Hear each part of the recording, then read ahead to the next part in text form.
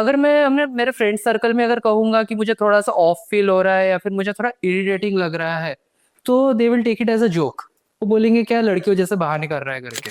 Philosophy में क्या देखा था हमने कि हम चीजों को क्वेश्चन करते हैं कि ऐसा क्यों हो रहा है, क्या हो रहा है, कैसे हो रहा है। साइकोलॉजी ने क्या समझने की कोशिश की कि इंसानों में ये सारी चीजें क्यों हो रही फिर ट्रॉमा के बारे में कहे या फिर आपने भी जैसा पूरा एक्सप्लेन किया कि ये एक डिसीज है, तो इस चीज को लेके बाहर की कंट्रीज से अगर मैं कंपेयर करूं, इंडिया आज कहाँ पे स्टैंड कर रहा है। है। ये एक ऐसी प्रॉब्लम है जो अगर बहुत ज्यादा हमारे दिमाग पे प्रेशर आएगा या बहुत ज्यादा तकलीफ होगी तो हमारी फिजिकल बॉडी पे भी आ सकता है। जैसे आपने कहा 45 मिनट्स का एक अपॉइंटमेंट होता है, ये काफी एक्सपेंसिव होता है, तो आपको नहीं लगता कि इस चीज को पब्लिकली थोड़ा ओपन अप अवेलेबल रहना चाहिए। तुम्हारा इमोशंस फील करना गलत नहीं है, उसकी इंटेंसिटी हाई होना भी गलत नहीं है, उसको एक डायरेक्शन देना है। That is what therapy does. अगर कोई इंट्रोवर्ट पर्सन आपके पास आ रहा है, I wanted to like explore myself कि मेरे लाइफ में क्या हो रहा है, how will you start the process. जब हमें एक हार्ट की प्रॉब्लम हो रही है, वर्ल्ड का बेस्ट कार्डियक सर्जन चाहिए हमें। पर जब हमें मेंटल हेल्थ प्रॉब्लम्स हो रही है, which could be one of the leading reasons for high BP, hypertension और हार्ट प्रॉब्लम्स, तब हम थेरेपिस्ट को इतने पैसे देने के लिए तैयार नहीं होते। आज का जो हमारा टॉपिक होने वाला है, एक मेंटल हेल्थ के बारे में होने वाला है। हमारे आज के जो गेस्ट है दीप्ति चंदानी, वो एक साइकोलॉजिस्ट है। वो हमें एड्रेस करके बताएगी कि क्यों एक मेंटल हेल्थ एक पर्सन के लिए ज़रूरी होता है, क्यों हम इसे नज़रअंदाज करते हैं, और अगर हम इसे नज़रअंदाज करें तो ये कौन सी दूसरी बीमारियों को इनविटेशन देता है। तो इसके बारे में हम पूरा आज का जो सेशन है डिस्कस करने वाले हैं। तो आगे देखते रहिए। आगे बढ़ने से पहले बताना चाहूँगा कि this video is sponsored by stint studio. Stint studio एक कोवर्किंग स्पेस है जो अपने ऑफिस रिक्वायरमेंट के अकॉर्डिंग आपको काफ़ी अफोर्डेबल रेट में स्पेस प्रोवाइड करती है, जिसके लोकेशंस नागपुर में 3 जगह पे है। एक तिलक नगर पे, दूसरी केटी नगर पे, तीसरी सीताबर्डी पे। For more details check the description.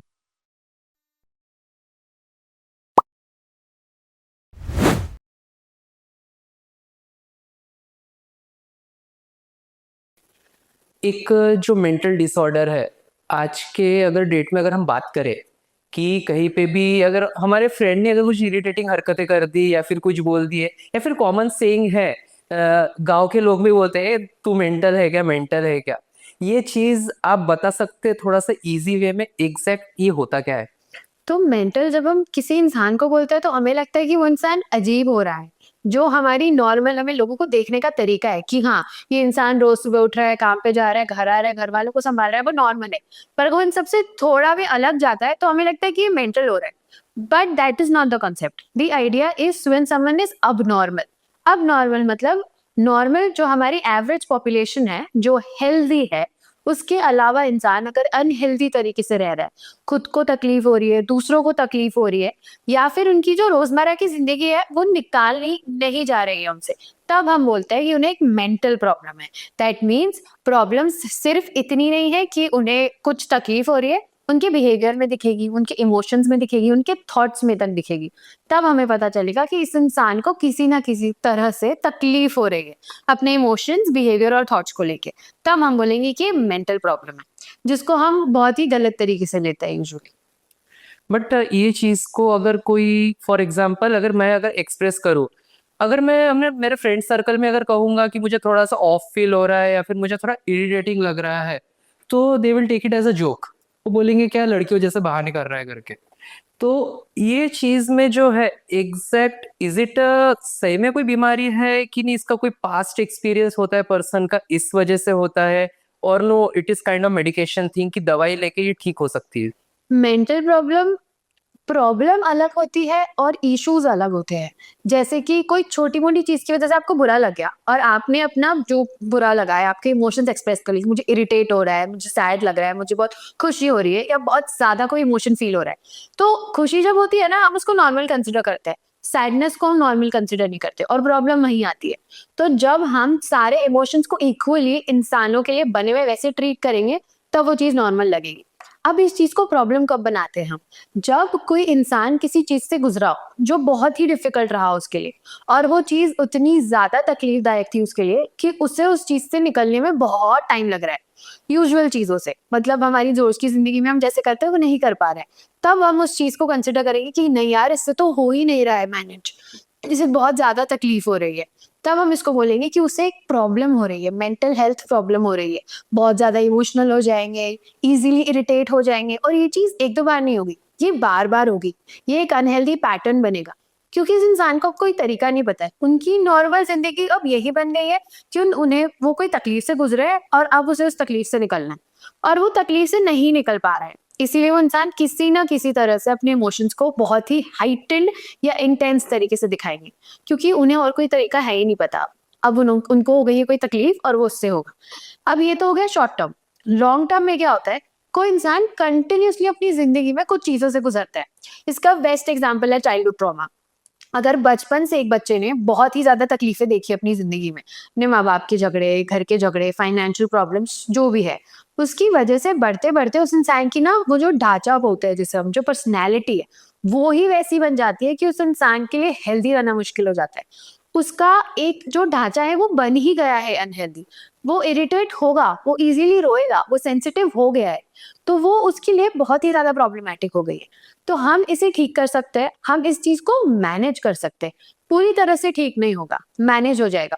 Manage में हम क्या करेंगे, हम उस इंसान को एक तरह से उस जगह पे लेके जाएँगे जहाँ पे वो इतनी ज़्यादा तरीके से भले ही फ़ील कर रहा हो अपने इमोशंस को, बट वो उसको उस सिचुएशन में मैनेज कर पाता है।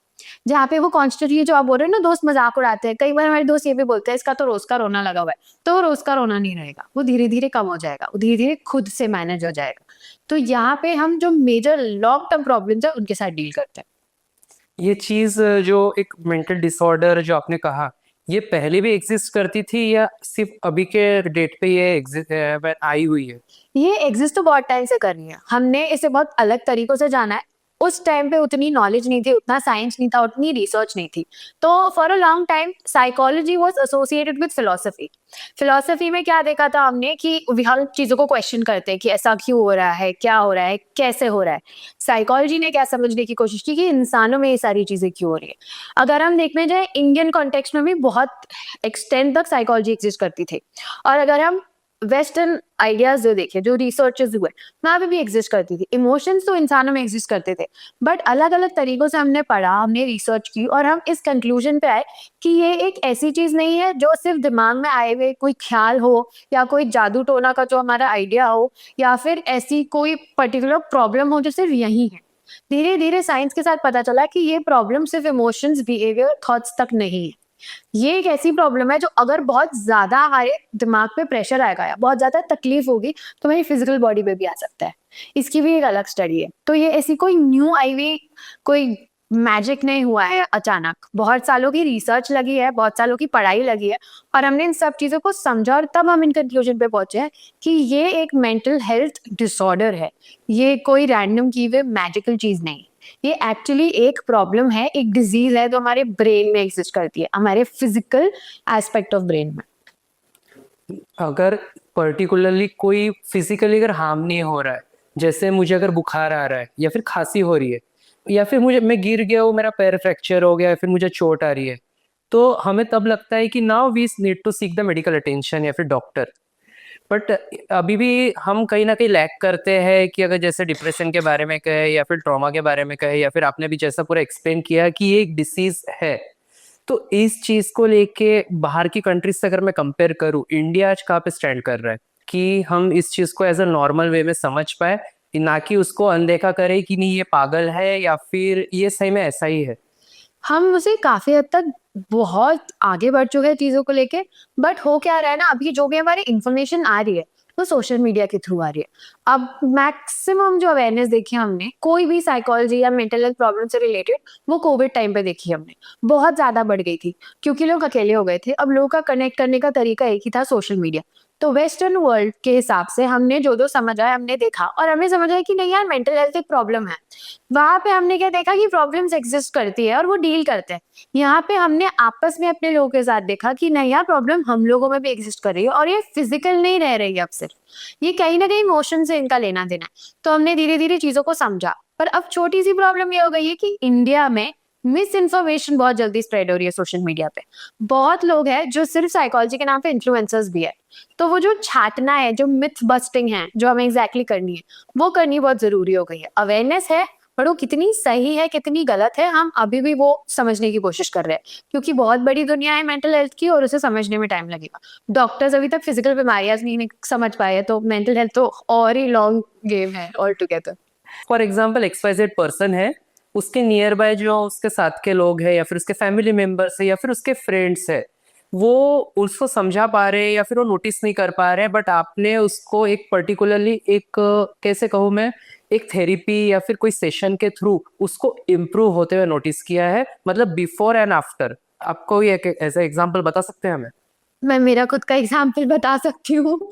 तो मैंने एक चीज नोटिस की थी कि बहुत टाइम तक मुझे बोला जाता था कि मैं बहुत सेंसिटिव हूँ, मैं बहुत जल्दी रोने लग जाती हूँ, मुझे बहुत चीज़ों का बहुत जल्दी बुरा लग जाता है, बहुत सारे इमोशंस हैं मेरे अंदर और मैं बहुत एक्सप्रेसिव हूँ। तो फॉर अ लॉन्ग टाइम हमें क्या लगता है, बाहर की दुनिया बार-बार आपको उस चीज़ के बारे में बुरा फ़ील कराती है कि यार तुम इतना ज़्यादा सोचती हो, तुम इतनी ज़्यादा सेंसिटिव हो, तुम इतना इमोशंस फ़ील करते हो। तुम्हारा इमोशंस फ़ील करना गलत नहीं है, उसकी इंटेंसिटी हाई होना भी गलत नहीं है। उसको एक डायरेक्शन देना है, that is what therapy does and that is what therapy did for me. जब मुझे पता है मैं इतना इंटेंस इमोशंस फ़ील कर रही हूँ, तो मैं उस इमोशंस पे काम करूँगी। मैंने अपने इमोशंस को इंटेंसिटी कम नहीं की, मैंने एक डायरेक्शन दिया कि ये एक जगह है, यहाँ पे मैं अपने इमोशंस इतनी इंटेंसिटी से दिखा सकती हूँ। मुझे पता है कि मेरे अंदर बहुत पैशन है, तो मेरे अंदर जो भी पैशन और इंटेंसिटी ऑफ इमोशंस थी, मैंने उसे एक डायरेक्शन दिया by doing something I like to do. मुझे पता है बहुत इंटेंसिटी ऑफ इमोशंस है, आई स्टार्टेड राइटिंग। मैंने पोएट्री लिखनी शुरू कर दी, मैंने अपने व्लॉग्स शुरू कर दिए, मैंने जब पढ़ाना शुरू किया, तो मैं जब पढ़ाती थी तो उतनी इंटेंसिटी से पढ़ाती हूँ। तो उससे मुझे पता चला कि प्रॉब्लम आपके इमोशंस के एग्ज़िस्ट करने में या उसकी इंटेंसिटी में, आपके प्रॉब्लम्स में नहीं है। वो हमें एज़ अ प्रॉब्लम बताई जाती है। उसे एक डायरेक्शन मिलने के बाद वो चीज़ आराम से सुधारी जा सकती है। और वो एक चीज़ थेरेपी में एक्चुअली होती है। हमें डायरेक्शन दिया जाता है कि हाँ, आप इस तरह से अपने इमोशंस के साथ डील कर सकते हो। आप उसे कम कर रहे हो या हटा रहे हो या गायब नहीं कर दे रहे हो। आप उसे वो जगह दे रहे हो जो उसकी एक्चुअली है। डायरेक्शन अगर मैं समझ पा रहा हूँ, जैसे कि घर में हमें बचपन में कहा जाता था कि खाली मत बैठो, कुछ ना कुछ करते रहो, खाली दिमाग शैतान का घर, ऐसे कहते थे। तो ये वही चीज से रिलेट हो पा रहा है कि नहीं? अगर फॉर एग्जाम्पल, अगर मेरा रिसेंट में ब्रेकअप हुआ नहीं है, मेरा रिसेंट में ब्रेकअप हुआ है फॉर एग्जाम्पल, तो अगर मैं उसी चीज को मैं सोचते रहूंगा, मैं डिप्रेशन में जाऊंगा, रोना शुरू करूंगा। पर उस चीज में अगर अगर मैं अपने माइंड को कहीं पे और ऑक्युपाइड रखूं, फॉर एग्जाम्पल मैं पजल सॉल्व कर रहा हूँ या फिर आपने कहा कि राइटिंग किए थे आपने, तो इस चीज मतलब आपका कहना यही है कि हमें बस अपना ध्यान भटका के दूसरी चीजों में एंगेज रहना है? ध्यान भटकाना नहीं है, ओके। उस जो पर्टिकुलर इमोशन है या पर्टिकुलर थॉट है, उसको उसकी जगह तक लेके जाना है। हो सकता है कि let's take an example of breakup. मेरा ब्रेकअप हुआ अगर, तो मुझे बहुत सैड फील हो रहा है। अब मैं मेरी सैडनेस का क्या करूँ? या तो मैं सैडनेस के साथ रो सकती हूँ, या तो फिर मैं अपनी सैडनेस को लेके पोएट्री लिख सकती हूँ, या मैं किसी को बता सकती हूँ। ये तीनों चीज़ों में प्रॉब्लम नहीं है। हो रहा है, नॉर्मल है। या तो मैं थेरेपिस्ट को दिखा सकती हूँ, उसकी सैडनेस इतनी ज़्यादा बढ़ गई है। तो हम उसे उस जगह पे लेके जा रहे हैं जहाँ उसको सबसे ज़्यादा सेफ फील हो सके, उस इमोशन को एक जगह मिल सके। अगर मैं रोज़ सैड हो रही हूँ और मैं रोज़ मेरी फ्रेंड के पास रोने जा रही हूँ, तो उस इंसान को तो चिढ़ ही मचेगी। वो बोलेंगे तेरा रोज़ का है। तो हम क्या करते हैं ऐसे टाइम पे? हम थेरेपी जब स्टार्ट करते हैं, तो हमें थेरेपी बताता है कि थेरेपी के थ्रू हमें ये पता चलता है कि it is fine, you are allowed to feel sad, you are a human being, but what do you do with that sadness? ज़रूरी नहीं है रोज़ आपका फ्रेंड चुने और आपका फ्रेंड चिढ़ गया, तो अब आप क्या करोगे? क्योंकि आपके हिसाब से तो वो सेफ था ना, आपकी वो जगह थी, आपका दोस्त है। तो आप उसको खुद के लेवल पे कैसे मैनेज कर सकते हो? As a person, as an individual, ये मेरा सैडनेस है और मैं इसके साथ क्या करूँ? तो मैं इसके साथ कुछ भी कर सकती हूँ, मैं पोएट्री लिखूँगी, मैं रो सकती हूँ, मैं पेंटिंग कर सकती हूँ, उसको एक डायरेक्शन दे सकती हूँ, जिसमें मैं किसी इंसान को तकलीफ नहीं पहुँचा रही हूँ 1, और खुद उसे एक ऐसी जगह लेके जा रही हूँ जहाँ मुझे भी तकलीफ नहीं हो रही, बट वो एक्चुअली बेटर हो रहा है, मुझे लाइट फील हो रहा है। क्योंकि एक बोझ फील होने लगता है ना बहुत टाइम तक, अगर एक चीज़ फील कर रहे हैं हम, तो उसे हल्का फील कराने के लिए हम करते हैं ये सारी चीज़ें। बट देखिए, हम अभी बात कर रहे हैं, प्रैक्टिकली चीजें अलग होती है, थियोरेटिकली काफी अलग होती है। थियोरेटिकली तो मैं ये कहूंगा कि हर एक चीज नॉर्मल है, बट प्रैक्टिकली पॉसिबल होती ही नहीं है। आपने कहा अभी कि अगर पेंटिंग करेगा या फिर अपने माइंड को ऑक्युपाइड रखेगा ताकि वो एनर्जी कहीं और डाइवर्ट हो सके, बट इतना आसान होता नहीं है वो चीज को देखे। क्योंकि वो कहा जाता है ना, ख्याल में वही चीज आते रहेगा। देखिए फिर व्यूअर्स ये समझेंगे कि मैं खुद को रिलेट करके बता रहा हूँ ब्रेकअप हुआ है तो मैं दूसरे टॉपिक से बता रहा हूँ। ठीक है, मुझे बचपन में अगर कोई चीज चाहिए रहती, फॉर एग्जाम्पल अगर मैं मम्मी को कहा रहता कि मुझे बाइक दिला दो, वो नहीं दिलाएंगे स्टार्टिंग में कुछ दिन, क्योंकि जनरली होता नहीं, क्योंकि मिडिल क्लास में काफी ये होता है, थोड़ा मुश्किल हो जाता है ये चीज। तो हमको एक बच्चा डिप्रेशन में चला जाता है कि मुझे क्यों नहीं मिल रहा, क्यों नहीं मिल रहा करके जिद करते रहता है, जिद करते रहता है। तो उस कंडीशन में हमने तो कहा दिया कि दूसरी चीजों में ऑक्युपाइड रहो, आपकी एनर्जी दूसरी जगह डाइवर्ट करो करके, बट कैसे करेंगे ये? हम एनर्जी डाइवर्ट नहीं कर रहे हैं, हम उस ओके। इमोशन को लेके बैठ रहे हैं ओके। कि हाँ, उस बच्चे को बुरा लगा है, उसकी मर्जी की चीज उसको नहीं मिली है। तो आप उस बच्चे को ये नहीं बोलोगे नहीं जा तो दूसरे टॉयज के साथ जाके खेल। उसे आप समझाओगे बेटा ये टॉय आपको अगर अभी चाहिए वो हमारे लिए पॉसिबल नहीं है, हम आपको बाद में दिलाएंगे। आपको इन डेप्थ उसको पूरा रीजन बताने की जरूरत नहीं है कि फाइनेंशियल प्रॉब्लम है, ये है, वो बच्चा है, उसको उसके लेवल पे समझाओ। और कोई भी बच्चा एक टॉय को लेके डिप्रेशन में जाए इसके चांसेस बहुत कम है।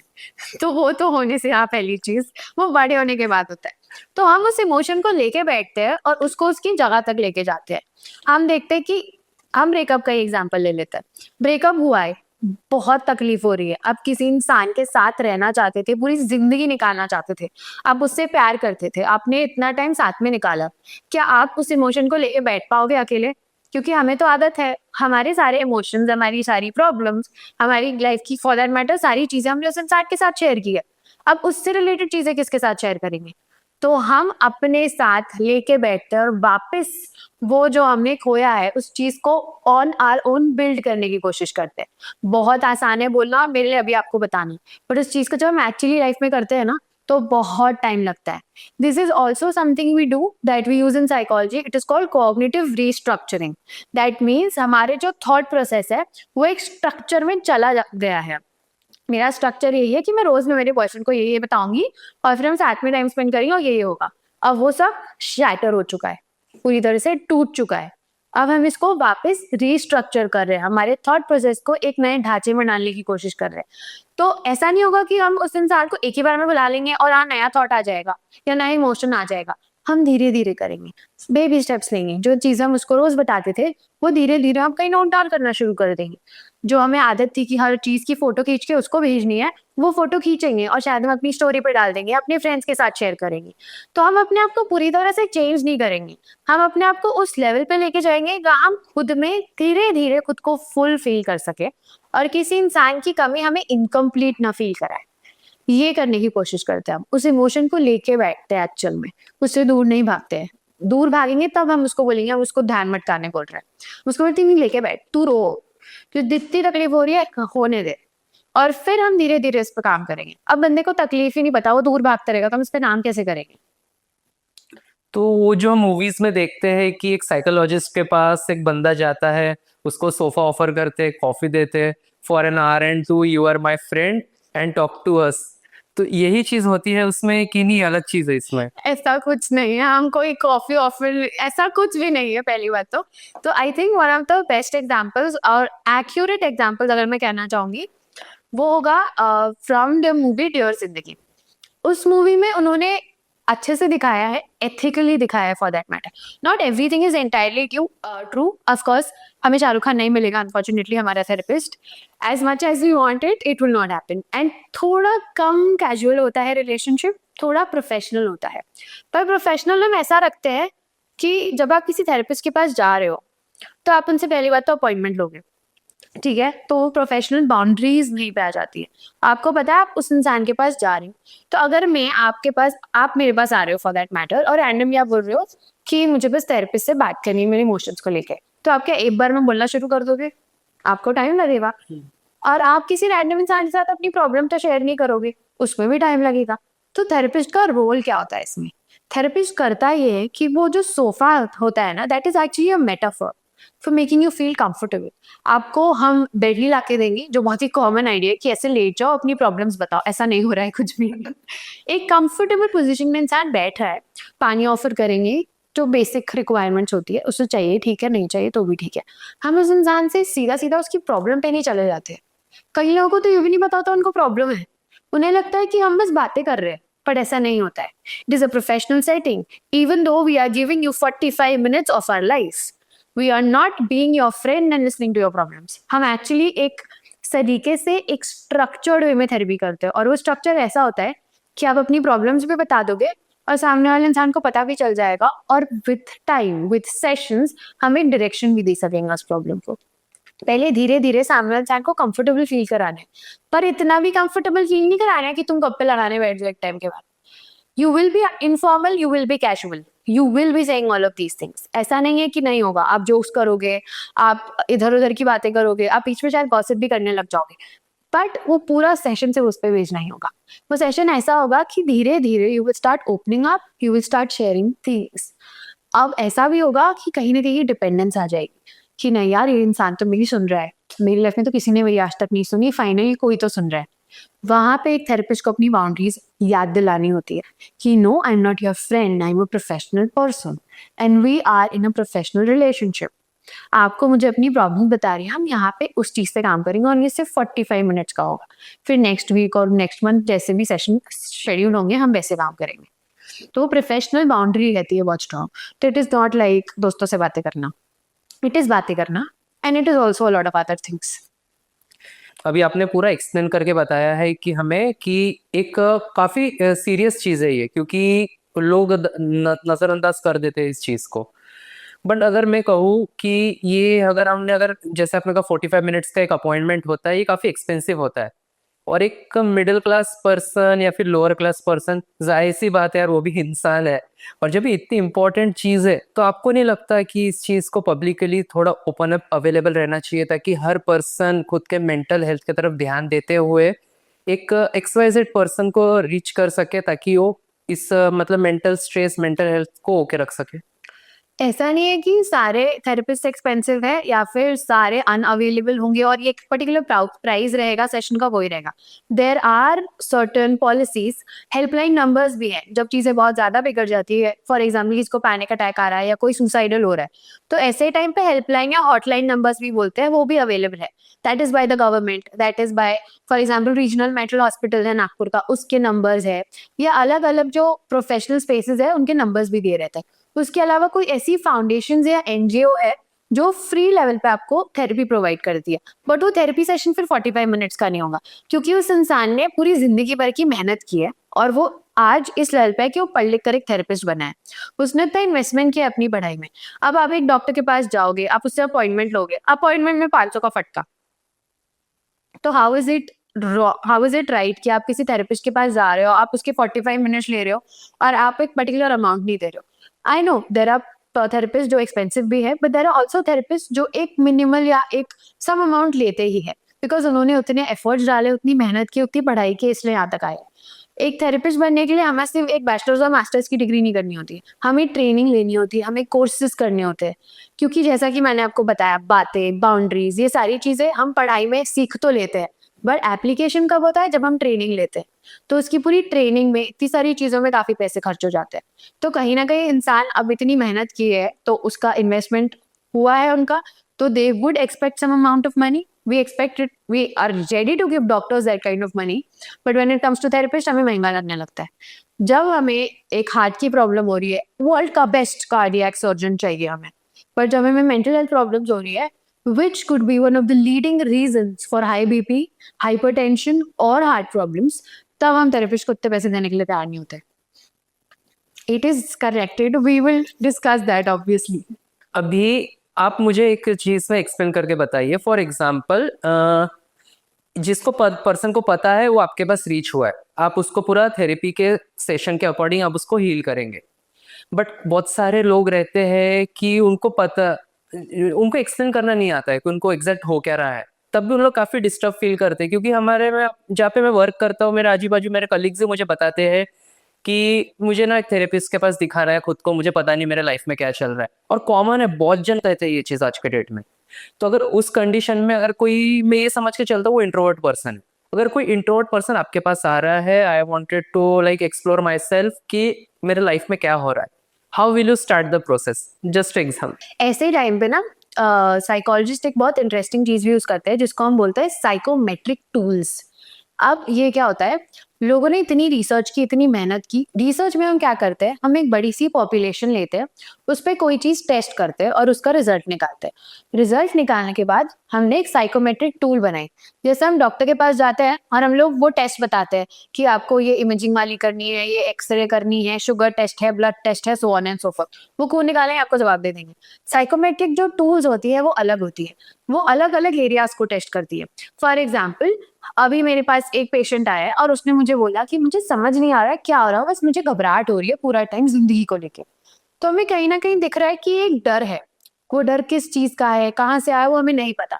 हमें लग रहा है कि एंजाइटी है। Anxiety is the fear of the unknown. तो यहाँ पे मैं क्या करूंगी, जो साइकोमेट्रिक टूल है मैं उसे यूज करूंगी। साइकोमेट्रिक टूल्स अलग अलग टाइप के होते हैं, अलग अलग ऑथर्स के होते हैं, इंडिया के होते हैं, बाहर के होते हैं, सो ऑन एंड सो फोर्थ। तो उस इंसान की करंट कंडीशन को देखते हुए मुझे जो टेस्ट सबसे रेलेवेंट लग रहा है मैं उसको वो दूंगी। अब ये साइकोमेट्रिक टेस्ट ना हमारी एग्जाम की टेस्ट जैसे दिखती है, बट वो होती नहीं है। ऐसा नहीं है कि आपने टिक कर लिया ये सही है और टिक कर लिया वो गलत है। वो टेस्ट हमें क्या बताएगी, कोई पहली चीज उसमें कोई सही या गलत जवाब नहीं होता। वो हमें जो भी चीजें आप उस टेस्ट में बताओगे वो हम कॉन्फिडेंशियल रखेंगे, वो आपके और मेरे बीच में रहेगी। तीसरी चीज, जब हम ये सारी टेस्ट ले रहे होते हैं तो हम उस इंसान को ये भी बताते हैं कि हम आपको जज नहीं करने वाले, हम यहाँ हेल्प करने के लिए हैं।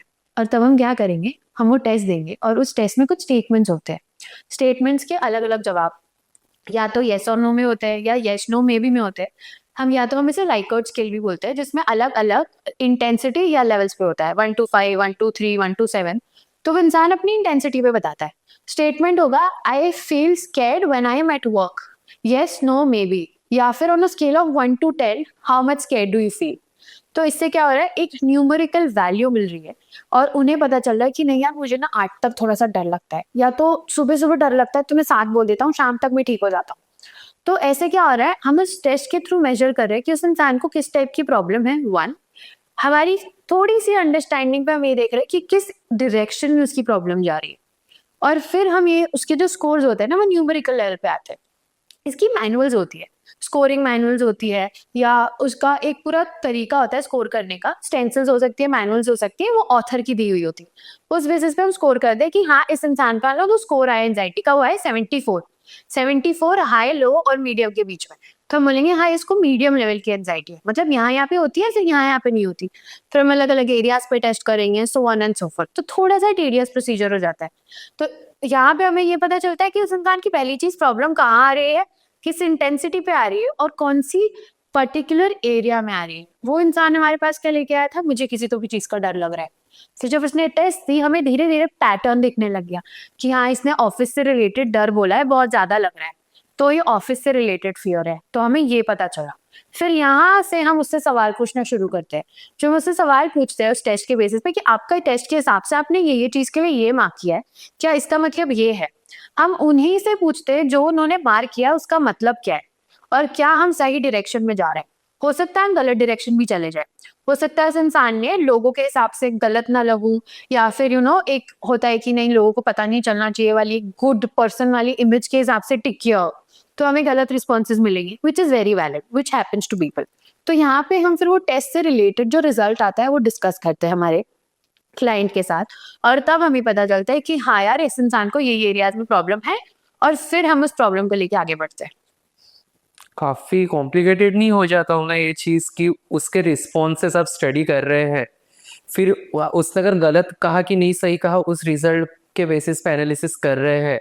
तो ऐसा पिन पॉइंट करते करते, जैसे कि हमने जो एग्जांपल लिया था कि एक पर्सन एकदम न्यू आया है जिसको पता नहीं है, तो ऑन एन एवरेज एक जो उसका ट्रीटमेंट जो शुरू होगा तो वहां तक के जाने में ऑन एन एवरेज कितना टाइम लग जाता है, अगर डेली अगर 45 मिनट्स का भी एक सेशन कर रहे हैं तो हम। तो पहले जब हमारे पास कोई भी आता है ना तो हम सीधा उसको टेस्ट नहीं थमा देते कि भाई तू ये बता क्या है। हम लोग यूजुअली क्या करते हैं, अगर किसी ने हमारे पास अपॉइंटमेंट बुक किया है तो हम पहले से ही टेस्ट उसको भेज के रखते हैं। थेरेपी में एक बहुत इंटरेस्टिंग चीज होती है, वो होती है होमवर्क। एज अ प्रोफेसर तो I love it, but as a psychologist I love it even more. होता क्या है, हम उस इंसान को कुछ कुछ बेसिक से टेस्ट दे देते हैं। आजकल बहुत कॉमन है भेजना कि आप बेसिक लेवल पे एंजाइटी, डिप्रेशन, स्ट्रेस और कोई भी फोकस रिलेटेड प्रॉब्लम हो रही है, हम ये चेक करने की कोशिश करते हैं। फ्रस्ट्रेशन या एंगर यूजुअली हम चेक करते हैं। तो हम उन्हें होमवर्क दे देते हैं कि आप ये क्वेश्चंस के आंसर्स दे के आओ, और थैंक्स टू टेक्नोलॉजी हमें काफ़ी सारे रिजल्ट्स गूगल फॉर्म पे आए हुए उनके रिस्पॉन्सेज के बेसिस पे मिल जाते हैं। तो हमें ये पता चल जाता है, ऑन एन एवरेज एक पाई चार्ट मिल गया, एक डायग्राम मिल गया, और हमने उस जो भी हमारा रिप्रेजेंटेशन हुआ रिजल्ट का, उस बेसिस पे हम डिस्कशन शुरू करते हैं। ये एक चीज हो जाती है, तो इससे चीजें आसान हो जाती है। अब क्या हो रहा है, बंदे ने एंजाइटी, फ्रस्ट्रेशन, ये सारी चीजें बता दी, और जब हम आए, वो हमारे पास आए during the session, we discuss those results if they are comfortable, क्योंकि कोई भी चीज बिना कंसेंट के डिस्कस नहीं की जाती है सेशन में। उन्होंने कंसेंट दिया था कि उन्होंने वो सारे फॉर्म्स भरे हैं, तो वो जो फॉर्म भरेंगे उसका रिजल्ट हम डिस्कस करेंगे। द पर्सन कैन डिनाई, वो बोलेंगे मुझे टेस्ट नहीं देना था, मैंने नहीं दिया, मुझे डायरेक्टली आके बात करनी है, तो वो भी अलाउड है। बिना कंसेंट के कोई भी थेरेपी सेशन में कुछ भी डिस्कस नहीं किया जाता है। आपकी बातें उतनी ही पर्सनल और उतनी ही आपकी है, और आपको अलाउड है कंसेंट देना कि मुझे इस बारे में डिस्कस नहीं करना, which is absolutely normal and valid. क्योंकि आप कोई ऐसा इमोशन ट्रिगर कर दोगे जो उस इंसान को नहीं डिस्कस करना था, फिर ना आपसे समझेगा ना थेरेपिस्ट को समझ आएगा। We can not have that kind of, इतना बड़ा रिस्क हम यूजुअली नहीं लेते हैं। बंदे ने नहीं बोल दिया तो वो डिस्कशन नहीं क्लोज हो जाता है। तो यहाँ पे जब हम टेस्ट पहले से ही करके रखते हैं तो हमारा काम आसान हो जाता है।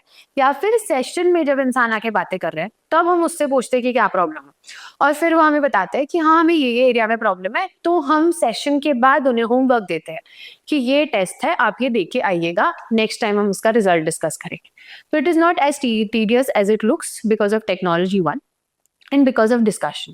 और इसके अलावा हम ना बहुत ही बेसिक रैपो बिल्ड करने की कोशिश करते हैं एट द स्टार्टिंग। रैपो का मतलब ये होता है कि हम सामने वाले इंसान को कंफर्टेबल फील करा रहे हैं। कोई भी ऐसी चीजें जो उनकी रोजमर्रा की जिंदगी में हो रही है, कि आपने आज क्या खाया, आपका दिन कैसा था, आप अच्छे से सो पा रहे हो, आपकी फैमिली में कितने लोग हैं, ताकि उस इंसान को लगे कि हम यहाँ सिर्फ प्रोफेशनल स्पेस में नहीं है, but at the same time they feel comfortable enough to share things with us.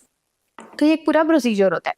तो usually first session is about making the person feel comfortable and making them feel trust, कि हाँ आप हम पर भरोसा कर सकते हैं, हम इस बारे में डिस्कस कर सकते हैं, this is a safe non judgemental space. उसके बाद ये सारे प्रोसेस शुरू होते हैं, और होमवर्क में ही कवर हो जाती है ये चीजें मोस्टली। और किसी इंसान को जेन्युइनली अगर ठीक होना है तो होमवर्क करके आते हैं, उसकी टेंशन तो हमें मोस्टली नहीं होती, क्योंकि बंदा आया ही ठीक होने के लिए।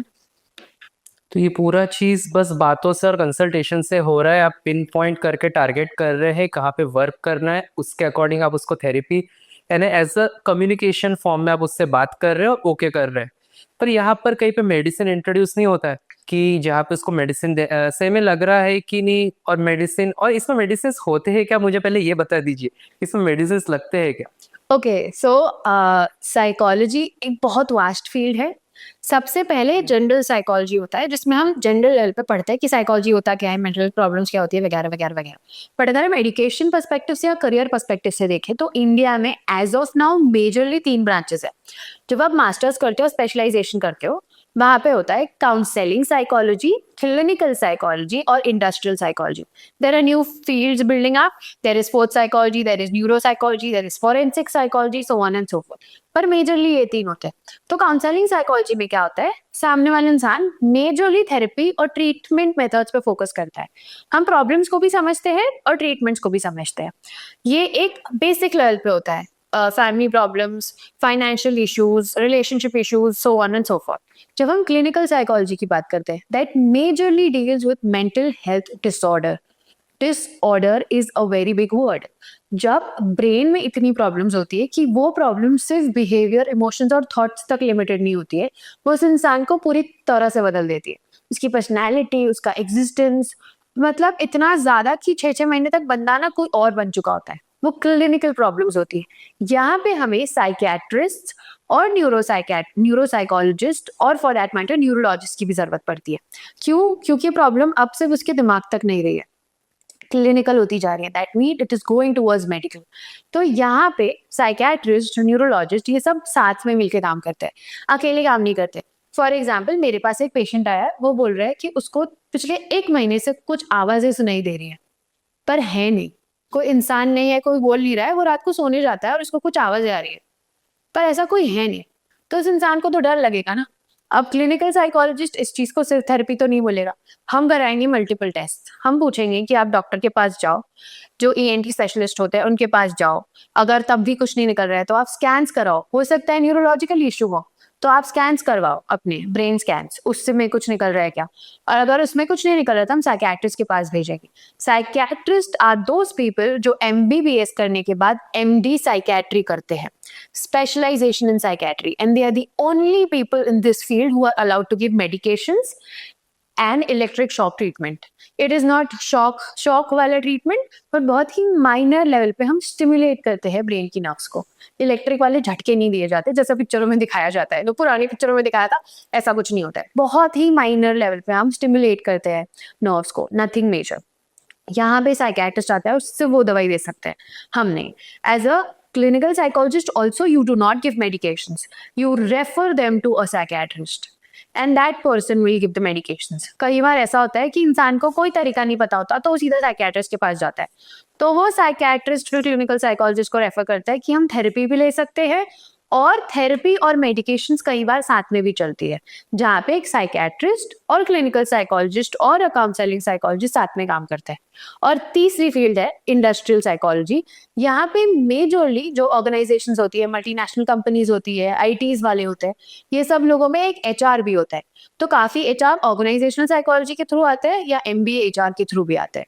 सो ये एक ऐसा सब्जेक्ट है जो मोस्टली ऑर्गेनाइजेशन से रिलेटेड होता है, या फिर हम लोग काफी बार एडवर्टाइजमेंट में देखते हैं अलग अलग कलर्स यूज किए हैं, तो कोई भी तरह की ऑर्गेनाइजेशन या इंडस्ट्री जहाँ पे एक साइकोलॉजिस्ट का रोल होता है कलर्स बताना, एडवर्टीजमेंट्स करना, या फिर मार्केटिंग स्ट्रेटजीज बताना which can catch people easily, ये सब जो एरियाज होती हैं यहाँ पे ऑर्गेनाइजेशनल साइकोलॉजिस्ट काम करते हैं, बहुत ही surface level of managing a bigger group of people, whereas clinical and counseling majorly deals on an individual level with people। अब हम अगर सोशल मीडिया ओपन करते हैं, सोशल मीडिया में आजकल बहुत सारी चीज़ें हो गई है कि XYZ कोई भी पर्सन रहता है, खुद के कोई भी फोटो डालेगा और उसमें कैप्शन में मोस्ट ऑफ द लोग पुट अप करते हैं कि self love, hashtag self love.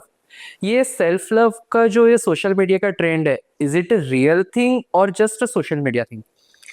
तो self love is very much real, उसका तो कोई डिनाई नहीं है। Love is a real emotion that people feel and self love is loving yourself, but the actual idea that we study in psychology self acknowledgement and acceptance, or for that matter self awareness, कि हाँ भाई मुझे पता है कि मेरी ये चीजें हैं, मेरी ये आदत है और मैं इनके साथ जीने वाली हूँ। इसका बेस्ट एग्जाम्पल जब भी मैं गीत, मैं अपनी फेवरेट हूँ, तुम अपनी फेवरेट कब बनोगे? जब तुम खुद को एक्सेप्ट करोगे, जब तुम एक्नॉलेज करोगे कि हाँ कोई कोई चीजें हैं मेरी बारे में, जो फॉर एग्जाम्पल मैं अपना एग्जाम्पल लूंगी कि मुझे पता है कि मुझे गुस्सा आ जाता है, मुझे पता है कि मैं बहुत ज्यादा इमोशनल हूँ, तो ये अवेयरनेस है, I know what kind of a person I M, but when does it become self acceptance, कि हाँ मुझे पता है मैं बहुत इमोशनल हूँ और मैं अपने इमोशंस को बहुत इंटेंसिटी पे फील करती हूँ, हर जगह उस इंटेंसिटी से दिखाना या उस इंटेंसिटी के साथ चलना will not actually help me but harm me more. तो वो अवेयरनेस का आप कर क्या रहे हो, आप उस अवेयरनेस से एक्सेप्टेंस पे आ रहे हो कि यार ये चीज शायद उतनी हेल्पफुल नहीं है और हम इस पे काम करके इसको बेहतर बना सकते हैं। जब आप उसको बेहतर बना रहे हो तो आप उसको एक ऐसी जगह लेके जा रहे हो जो आपके लिए बेहतर हो। मुझे पता है मैं ड्रामेटिक हूँ, मैं मेरे फ्रेंड्स के साथ फुल फ्लैश ड्रामा में बात करूंगी, या फिर ऐसे कोई इंटरव्यूज होंगे तो मैं उनमें फुल फ्लैश ड्रामा डालूंगी, पर जब मुझे पता है मैं प्रोफेशनल स्पेस में हूँ, पर वहाँ पे क्या मैं चिल्ला सकती हूँ, वहाँ पे मैं इतनी ड्रामेटिक हो सकती हूँ, वहाँ पे मुझे सेटल होना है।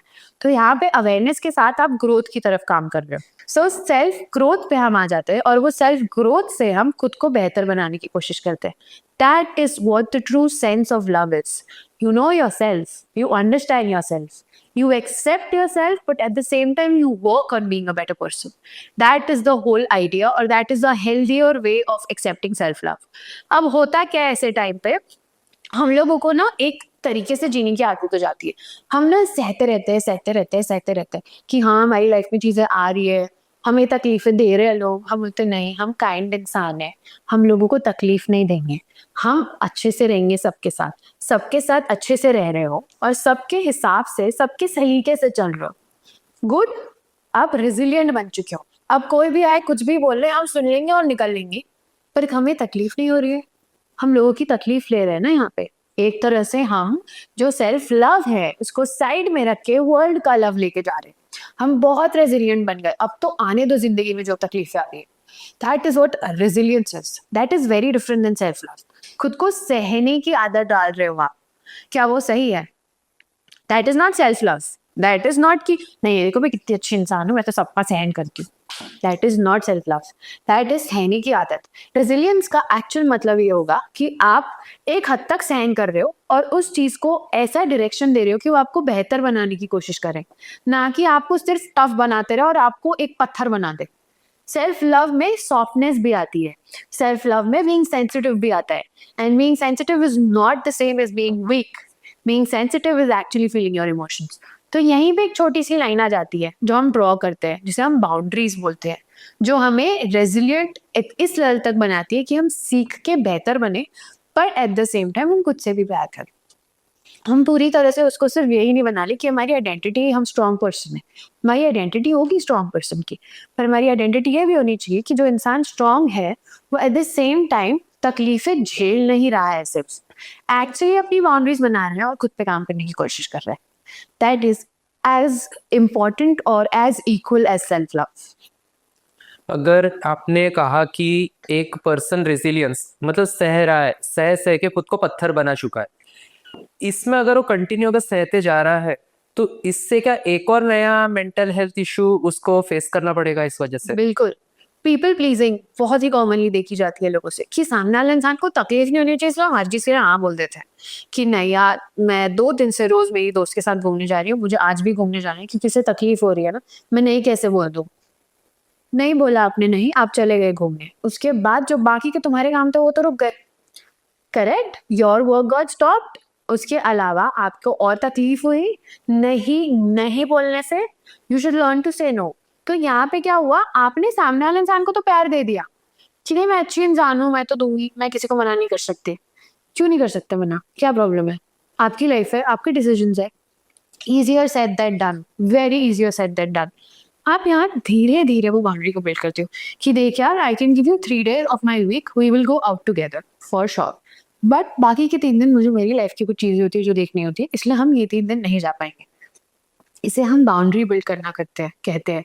तो जब हम बाउंड्री नहीं बिल्ड करते हैं ना, तो हम वो जो हमारी एक स्पेस होती है ना, तो जो जस्ट फॉर अस जो सेल्फ लव होता है, सेल्फ केयर होता है, उसमें हम दूसरों को आने दे रहे हैं।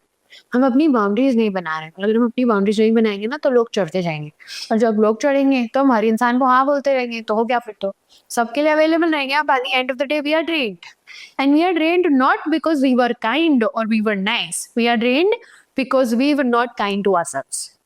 एंड वो चीज उतनी ही इंपॉर्टेंट है जितनी दूसरों के लिए काइंड रहना इंपॉर्टेंट है। मतलब ना बोलना पर्सन ने सीखना चाहिए। इज इट नॉट ओके कि हर बात पे हम अगर हाँ बोल दे? It is okay if it is not causing you any problem. अब आपका पॉडकास्ट का एक शेड्यूल होता है, इस टाइम पे उसके जस्ट पहले आपके फ्रेंड ने बोला कि यार हम लोग घूमने चलते हैं, और ये ना कंटिन्यूसली 3-4 वीक्स हो रहा है, और आप जा भी रहे हो उस दोस्त के साथ, पर आप पॉडकास्ट के लिए लेट हो जा रहे हो। फिर यार मैं मेरे दोस्त के लिए था ना यार, उसको मेरी जरूरत थी, दोस्त को जरूरत थी, agreed. You want to be with your friend, agreed, you are a great friend.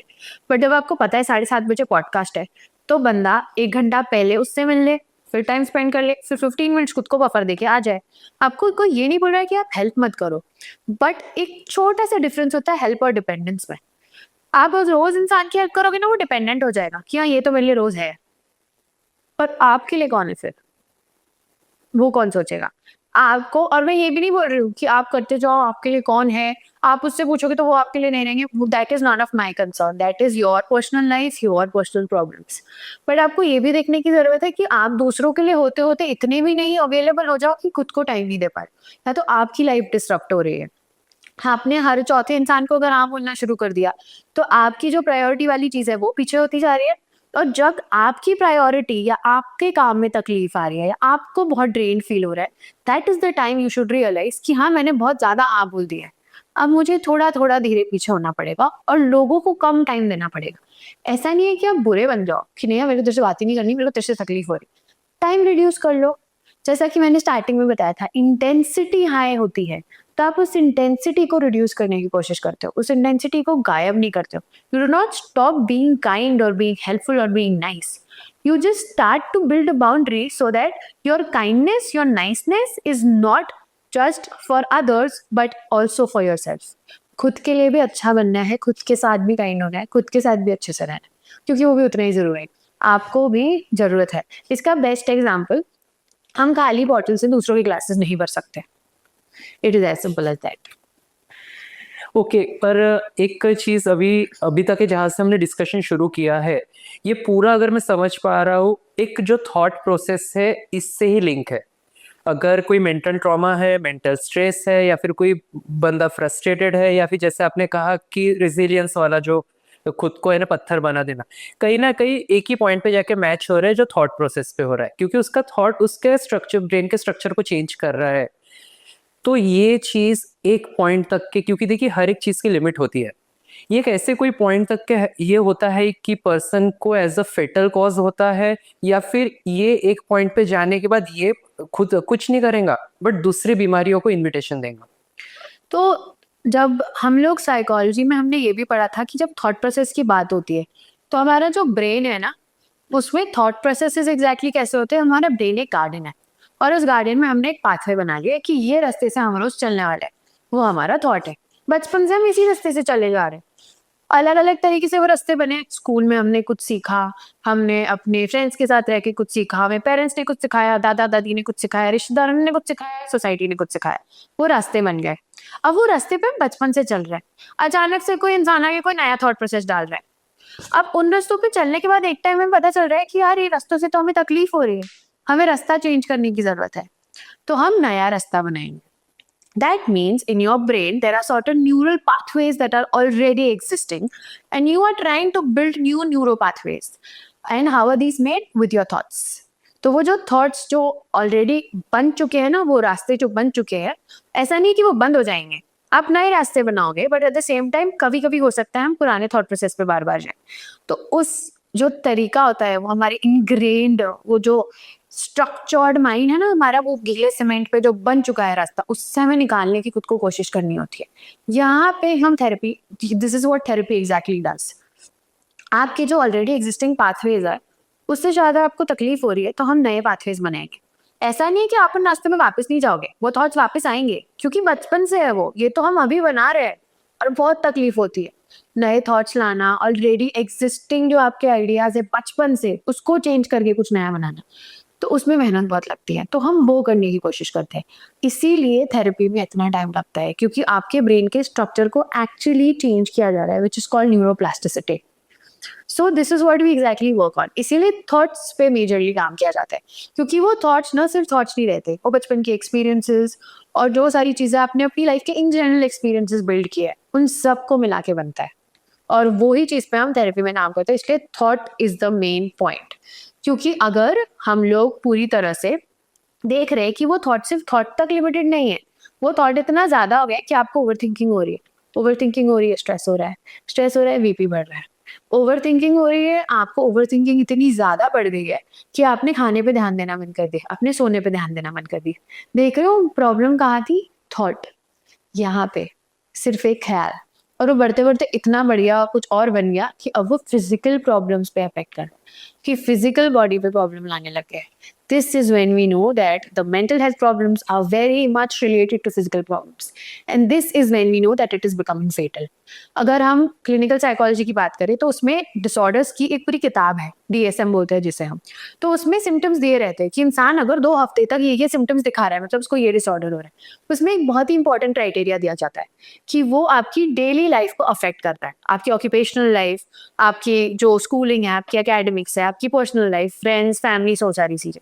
तो हमें ये पता चल रहा है कि अब वो चीज ना सिर्फ एक इमोशनल प्रॉब्लम बन के नहीं रह गई है, अब वो उस इंसान के पूरे लाइफ की प्रॉब्लम बन गई है, और हम उसी पे काम करते हैं. ये सारी चीजें सुनने में बहुत डरावनी लगती है कि ये ख्याल ही तो था, इतना कैसे बढ़ गया. पर अब वहीं से फिर जैसे स्टार्टिंग में दिखने लगता है ना कि यार ये ख्याल ही तो है, ठीक हो जाएगा ना, नया रास्ता बना लेंगे. It is as simple as that. उस नए रास्ते को बनाने के लिए उस थॉट पे काम करना जरूरी है, और उस थॉट को समझना जरूरी है, and which can be easily done in therapy. जो हमें लगता है ना कि थेरेपी महंगी है या थेरेपी बहुत बातें वाली चीजें है, तो ये सारी चीज़ों को हम समझ के आपको वापस आपके उस थॉट के पास लेके जाता है जिसने तकलीफ दी थी। तो एक बार हम वो थॉट पे पहुँच गए, फिर हम उस पे काम करेंगे और ये सारी चीज़ें जो प्रॉब्लमैटिक हो रही थी, वो सब धीरे-धीरे ठीक हो जाएगी। और मैं ये नहीं बोल रही हूँ कि मैजिकली हो जाएगा या फिर एक दिन में हो जाएगा, उससे थोड़ा टाइम लगेगा, क्योंकि आपका ब्रेन का स्ट्रक्चर भी लिटरली चेंज हो रहा है। इसीलिए यहाँ पे हम धीरे-धीरे चीज़ों पे काम करते हैं और सबको धीरे-धीरे बेटर करते हैं। And that is when we become a healthier version of ourselves. We are not going to change you as therapist, we are not going to make you something magical, और ना ही यहाँ पे कुछ मैजिक होता है। यहाँ पे एक्चुअली साइंस होता है। पर हम थॉट्स पे ही मेजरली काम करते हैं। जब हमें लगता है कि ये चीज़ सिर्फ थॉट्स तक नहीं है, वो उस इंसान के बॉडी को भी तकलीफ दे रही है या उसके आसपास के लोगों को उससे तकलीफ हो रही है, तब हम डॉक्टर को या फिर एक साइकियाट्रिस्ट को रेफर करवाते हैं। दैट इज और ये सडन शॉक भी प्रोवाइड करता है, जैसे हम मूवीज में देखते हैं कि फॉर एग्जांपल कोई एक मूवमेंट हो जाता है, वो थोड़ा ड्रामेटिक वे में बताते हैं बट रियल लाइफ में होता है, आप बता पाएंगे ये चीज कि एक पर्टिकुलरली थॉट हिट होता है, उसको इंसान सोचता है और उसको हार्ट अटैक आता है। ये कॉमनली चीज हम देखते हैं काफी चीजों में। तो समवॉट मैं ये रिलेट कर पा रहा हूँ कि ये मेंटल हेल्थ से ही हो रहा है उस चीज को। तो जब ये चीज इतनी इम्पोर्टेंट है मेंटल हेल्थ, तो हम क्यों इसको एज अ सेकेंडरी ट्रीट करते हैं और बाकी डिसीज की तरह प्राइमरी क्यों नहीं ट्रीट कर रहे हैं आज के करंट सिनेरियो में? प्राइमरी क्यों नहीं ट्रीट करा है? क्योंकि हमें पता ही नहीं है ये प्रॉब्लम है। हमें नहीं पता है, अवेयरनेस कम है। हमने बहुत देर से जाना है अनफॉर्चुनेटली कि ऐसी कोई चीज़ है जो इमोशन से रिलेटेड है। आप डॉक्टर के पास जाओगे, आप उनको बीपी चेक करवाओगे। बीपी के लिए डॉक्टर क्या बोलेगा? आपने नमक ज़्यादा खा लिया है, आप मोटे हो गए हो, आप एक्सरसाइज नहीं कर रहे हो, आपकी वेन्स बहुत ज़्यादा थिन होती जा रही है, सो on and so fourth. Valid, very valid, that is what science says, that is what medical problem says. But अगर बीपी बढ़ गया है और हमें पता चल रहा है कि यार ये सारे रीजन इस इंसान पे अप्लाई नहीं करे, ये रोज वर्कआउट कर रहे हैं, very healthy people have had heart attacks. क्यों? हेल्दी लाइफस्टाइल थी, वर्कआउट कर रहा है बंदा, सब चीज का ध्यान रख रहा है, इंसान खुश है अपनी जिंदगी में, अपनी जॉब में, हर चीज में खुश है, सडनली सुसाइड कर लो। क्यों? हर चीज फिजिकल है। मैं ये नहीं बोल रही हूँ कि फिजिकल प्रॉब्लम्स एग्जिस्ट नहीं करती, बहुत बिल्कुल एग्जिस्ट करती हैं, बट मेंटल प्रॉब्लम्स भी एग्जिस्ट करती हैं। जैसे मेंटल फिजिकल प्रॉब्लम्स होती है, किसी इंसान को कोई तरह की तकलीफ हो गई, उसका एक्सीडेंट हो गया और वो घर पे बैठा है, रोज काम करने वाला आदमी, उसका एक्सीडेंट हो गया और वो घर पे बैठा है और उसका दिमाग खराब हो रहा है रोज।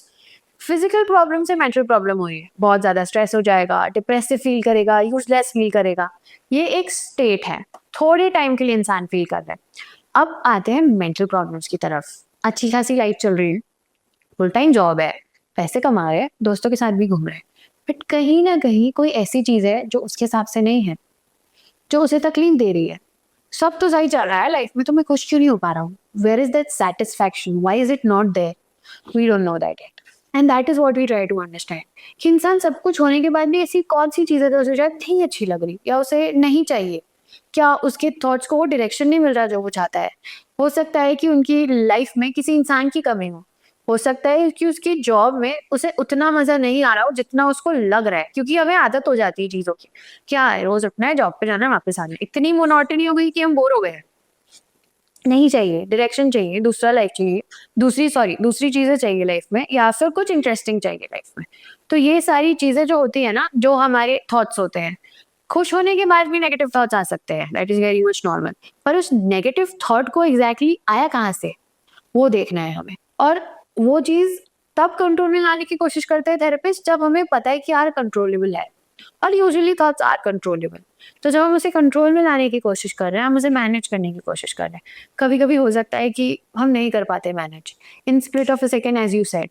यहाँ पे क्या होता है, यूजुअली ट्रॉमा के बाद होता है, किसी इंसान के सामने उनका बहुत करीबी चला गया, अब उस इंसान को ट्रॉमा है, वो तकलीफ में है, उस चीज से निकलने में टाइम लगेगा जो नॉर्मल है। पर 6 महीने, 8 महीने, साल भर, उससे ज्यादा टाइम लग रहा है, that means there is something wrong. किसी इंसान ने, फॉर एग्जाम्पल पैंडेमिक में बहुत लोगों ने बहुत तकलीफें देखी, अलग अलग टाइप की। रिसोर्सेज नहीं थे, फैमिली मेम्बर्स को इश्यूज हो रहे थे, हेल्थ इश्यूज हो रहे थे, जो भी सारी चीजें हो रही थी। तो हमने उस टाइम पे मेंटल हेल्थ को उतना स्पेस दिया कि नहीं यार, तुम आओ, तुम्हें तकलीफ है, तुम बात करो, तुम चीजें शेयर करो। तब धीरे धीरे मेंटल हेल्थ इश्यूज बाहर आने लगे, लोगों ने शेयर करना शुरू किया, and that is how it got better. आपने जितना टॉपिक बताया, आई डोंट थिंक कि एक पॉडकास्ट में कवर होंगी ये चीजें। क्योंकि काफ़ी इंटेंस और काफ़ी इंटरेस्टिंग वे में आपने एक्सप्लेन किया है। But before we wrap up this session, आप एक मिथ बस्ट करना चाहेंगे कि जो काफ़ी कॉमन है लोगों के ख्याल में कि नहीं, this is not a real thing और this is just a only imagination, इसके बारे में आप एक मिथ बस्ट करना चाहेंगे? तो ये ना एक बहुत ही अनफॉर्चुनेट और ट्रेंडिंग चीज़ हो गई है सोशल मीडिया के थ्रू। अब हमें पता चल गया है कि मेंटल हेल्थ प्रॉब्लम्स तो है और डिसऑर्डर्स भी है, तो हम हर जगह वो चिपका देते हैं। जिसे हम लेबलिंग भी बोलते हैं साइकोलॉजी की लैंग्वेज में, कि यार मुझे ना मेरा डेस्क ऐसे पसंद है, मुझे ओसीडी है, तुमको ओसीडी नहीं है। I am sorry to disappoint you. OCD एक ऐसा डिसऑर्डर है जिसमें वो इंसान के सामने की चीजें अगर इधर की उधर हो जाएगी तो वो इंसान लिटरली इतना घबरा जाएगा कि वो कांपने लगेगा। It is that intense of a disorder. हम उन्हें इन सारी जो प्रॉब्लम्स जो हमने पढ़ी है, डिप्रेशन, एंजाइटी, इनको बहुत नॉर्मलाइज कर दिया हमने। They were not normal, they are not normal, they are unhealthy. That is the whole point, that is why we need mental health experts. कोई भी चीज, anxiety, depression as a state हो सकती है। थोड़े टाइम के लिए आपको लग रहा है कि यार मैं बहुत डिप्रेस्ड हूँ, मुझे बहुत होपलेस फील हो रहा है, it is a part of human being.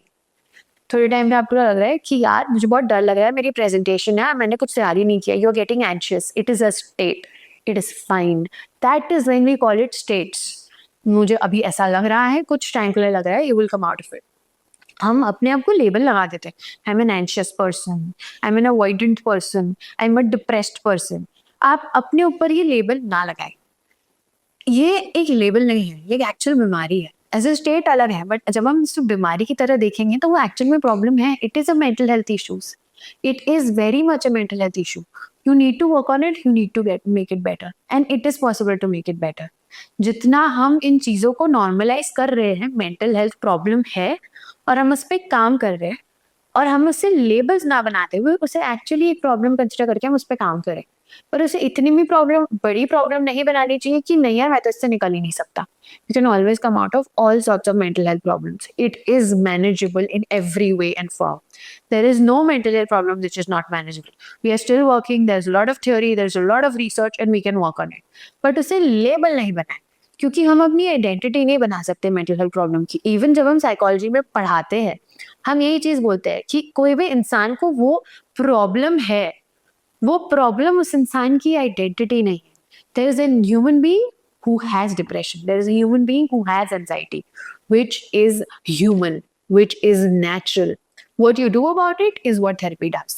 It makes it, we work on making it better, we work on managing it better, we work on giving it a better and healthier direction. अगर आपको anxiety हो रही है उस time पे आप क्या कर सकते हो, किन किन चीज़ों पे काम कर सकते हो? कामिंग टेक्निक्स होती है, ब्रीथिंग टेक्निक्स होती है। अब नया निकला है एडीएचडी को, क्योंकि आप बहुत सारी चीज़ों पे साथ में ध्यान दे रहे हो तो आपको एडीएचडी है। नहीं, lack of focus, that could be one of the things you might be having. ADHD is making you creative, you might just be creative and there could be other things leading for you to lose focus. तो ये सारी चीज़ों को label ना बनाते हुए हम इनके ऊपर काम करें। जब आपको लग रहा है कि ये अनहेल्दी हो रही है, मेरी लाइफ में किसी न किसी तरह की प्रॉब्लम दे रही है, तो हम इस पे काम करें, हम इसे बेहतर बनाने की कोशिश करें instead of making it a label. That will help everyone. Mental health awareness होनी चाहिए, बट राइट अवेयरनेस भी इतनी इंपॉर्टेंट है।